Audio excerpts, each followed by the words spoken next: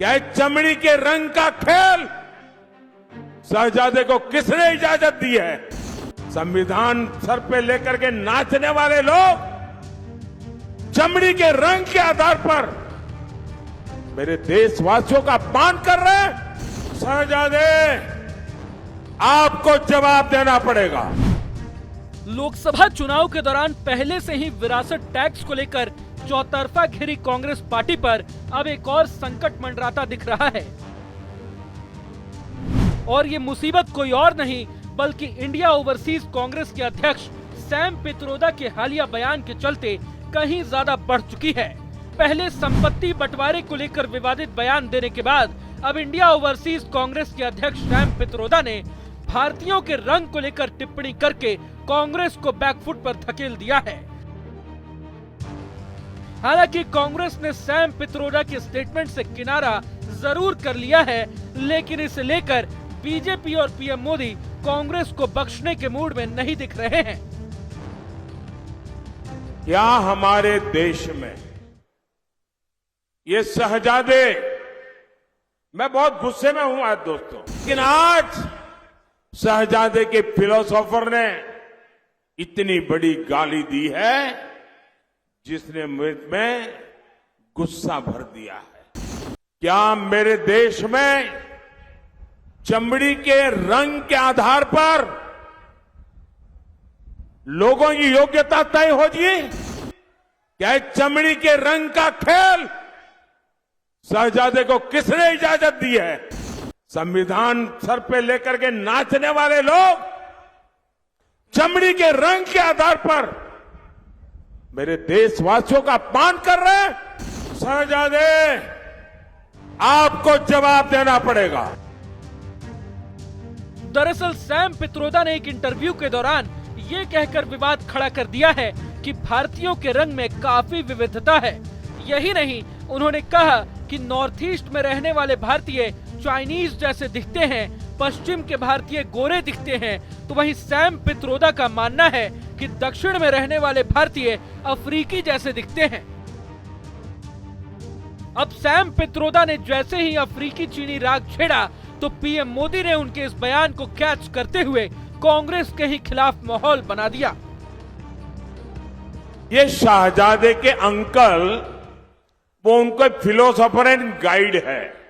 ये शहजादे, ये थर्ड प्लेयर को कंफ्यूजन होते हैं तो सलाह लेते हैं। ये शहजादे के फिलोसोफर एंड गाइड अंकल ने बड़ा रहस्य खोला है।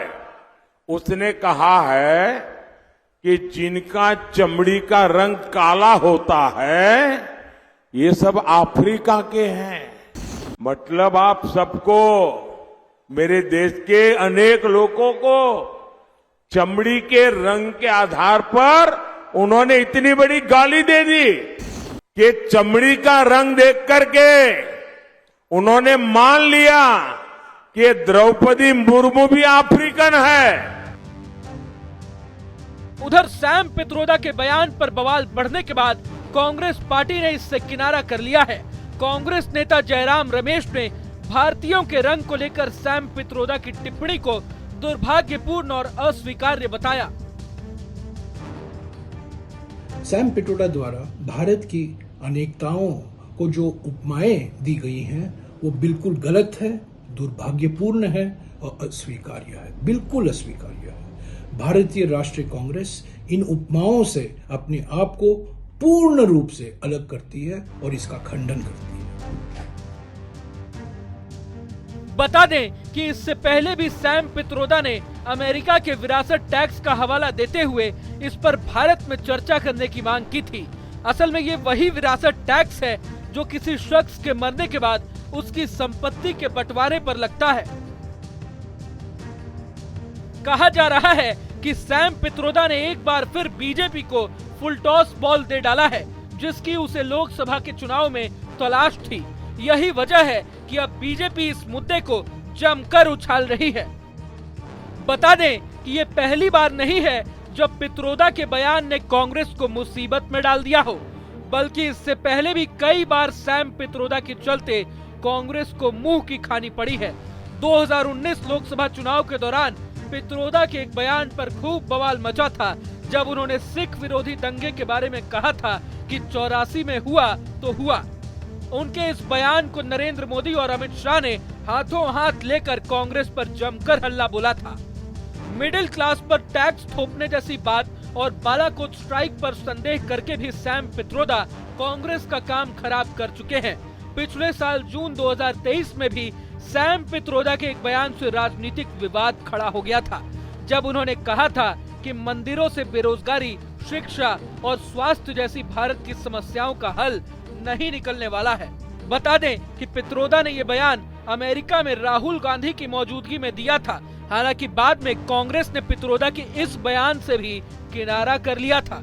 बहरहाल अब पित्रोदा के हालिया बयान से एक बार फिर बीजेपी को बड़ा मुद्दा मिल गया है। देखना ये दिलचस्प होगा कि कांग्रेस खुद का बचाव कैसे कर पाती है। अगर आपको ये वीडियो पसंद आया तो लाइक करें और चैनल को सब्सक्राइब करें। वहीं तमाम बड़ी खबरों के लिए देखते रहें न्यूज़ नेशन।